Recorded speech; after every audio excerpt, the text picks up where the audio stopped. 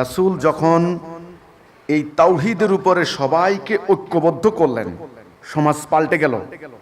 তাওহীদের গুণে শত্রু ভাই হয়ে গেল, দাসত্ব দূর হয়ে গেল, দুর্বলের উপর সবলের অত্যাচার বন্ধ হয়ে গেল, ন্যায় বিচার প্রতিষ্ঠা হলো, সমাজ পরিবর্তন হয়ে গেল।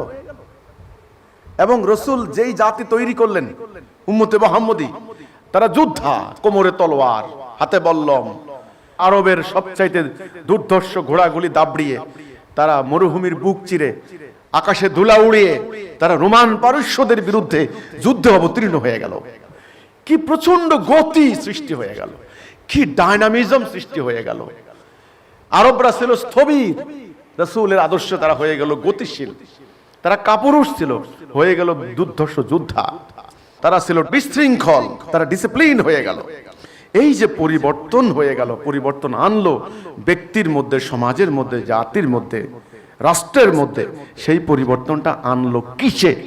তাওহীদ, হেদায়া, লা ইলাহা ইল্লাল্লাহ মুহাম্মাদুর রাসূলুল্লাহ। এইটা সিম্পল জিনিস।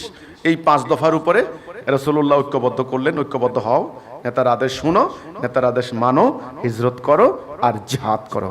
জিহাদটা কেন করবে? সারা পৃথিবীময় তাওহীদটাকে প্রতিষ্ঠা করার জন্য। জিহাদ করা ছাড়া তাওহীদ প্রতিষ্ঠা হবে না, এই জন্য।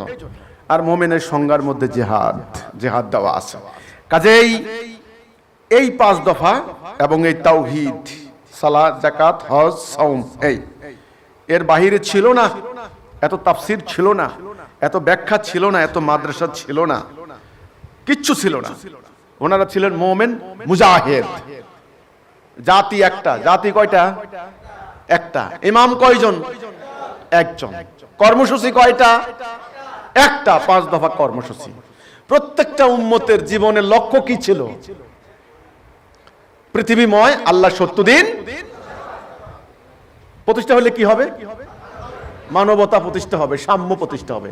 মানুষ ঘরের দরজা খুলে ঘুমাবে, একটা মেয়ে মানুষের ইজ্জত নষ্ট হবে না, অর্থনৈতিক অবিচার হবে না, রাজনৈতিক হানাহানি হবে না, অর্থাৎ থাকবে শান্তি।